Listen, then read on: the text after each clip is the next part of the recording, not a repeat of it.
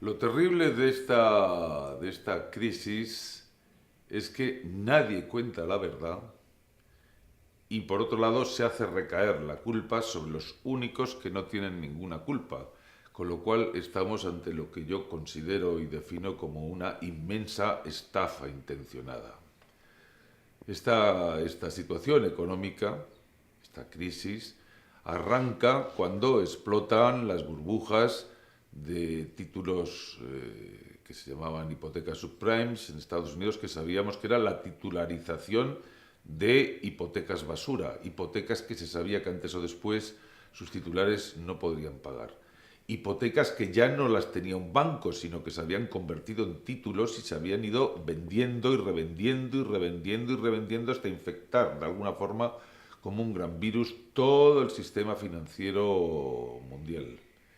Es ahí donde estalla la crisis, es ahí donde se produce una caída del sistema financiero de billones, en términos de 12 ceros, unas pérdidas de billones en todo el sistema financiero mundial. Hasta ahí el pueblo lo único que tiene que ver es que es víctima probablemente de ese hundimiento de las titularizaciones que se produce. A nadie se le piden responsabilidades y que se sepa ninguno de los grandes directivos que auspiciaron aquella estafa, aquella monumental estafa, la más grande estafa de la historia, ni siquiera ha pasado por un tribunal o ha ido a la cárcel, salvo el caso de algunos que estaban metidos en estafas de otro tipo, estafas piramidales, etcétera, etcétera. Esa estafa ha arrastrado a todo el sistema bancario mundial a acumular una montaña impresionante de pérdidas. No se quiere decir que los bancos están arruinados, porque probablemente entraríamos todos en un estado de histeria que nos llevaría de alguna forma a sacar nuestro dinero de los bancos y entonces pues probablemente quizás entraríamos todavía en una espiral más dramática de convulsiones y de crisis en el mundo.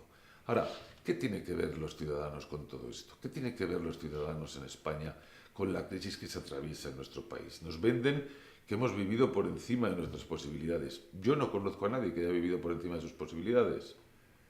Yo no he vivido por encima de mis posibilidades, no conozco absolutamente a nadie que ha vivido por encima de sus posibilidades. Sí conozco a quien ha vivido por encima de sus posibilidades, los bancos. Los bancos. Cada año los bancos aumentaban sus créditos hipotecarios en un 25%.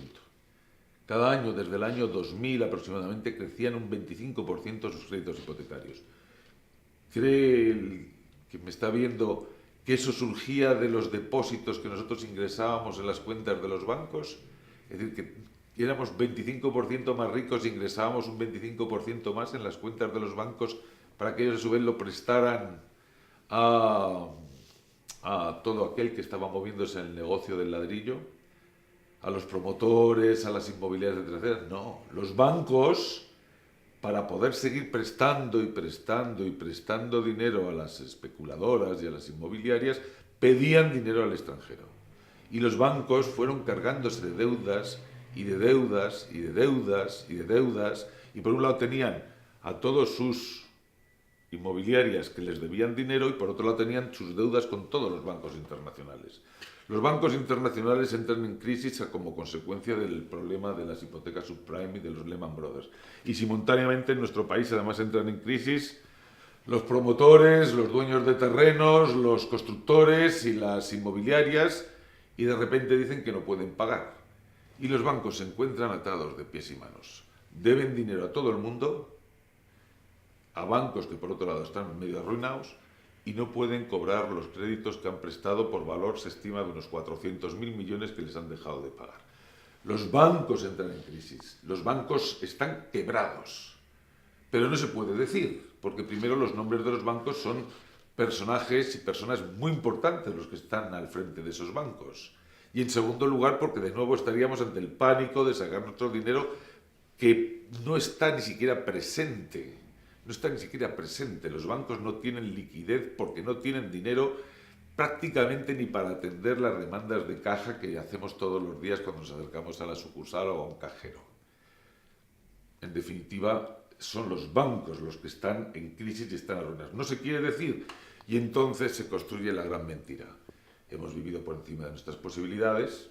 ¿Por qué? Porque hemos comprado los pisos a los precios que nos han marcado los promotores, con los préstamos que nos daban los bancos y que nos anunciaban en publicidad y más publicidad y más publicidad.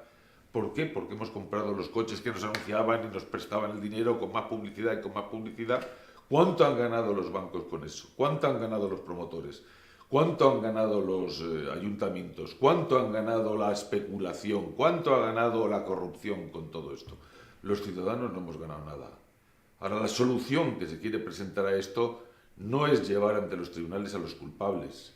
Y yo desde aquí lo digo, a los bancos, a los responsables de las entidades financieras, no solamente los bancos, sino todo lo que son fondos de inversión, hedge funds, capital de riesgo, etcétera, etcétera, sino que se quiere aplicar la sanción sobre el pobre ciudadano. Es terrible, es terrible. Cuando yo veo que a mi madre, que ya ha fallecido, la congelan una pensión de 600 euros y ni siquiera le dan 6 euros más de pensión, al parado, al estudiante, a la persona que tiene una enfermedad y que ahora le quieren hacer copago sanitario. Es verdaderamente una vergüenza y un escándalo que no terminará hasta que el pueblo sea consciente de esta realidad, aunque se lo ocultan los telediarios. Es terrible que no se hable de esto, es terrible que no se hagan las cuentas de esta realidad, del inmenso agujero que tiene la banca, y se nos sigan haciendo creer que somos culpables. Somos culpables y tenemos que aceptar pues que ahora nos van a pagar menos indemnizaciones, que ahora las empresas van a podernos bajar el sueldo, etcétera, etcétera. Los pobres desgraciados, los pobres pringados, los pobres que estamos siendo sometidos a la explotación del gran capital. Hasta que yo no vea a los culpables, que son los grandes banqueros, que se han forrado, y toda la cohorte alrededor, sentados ante un tribunal por lo menos respondiendo de sus responsabilidades, pensaré que vivimos en la mayor y más absoluta de las injusticias.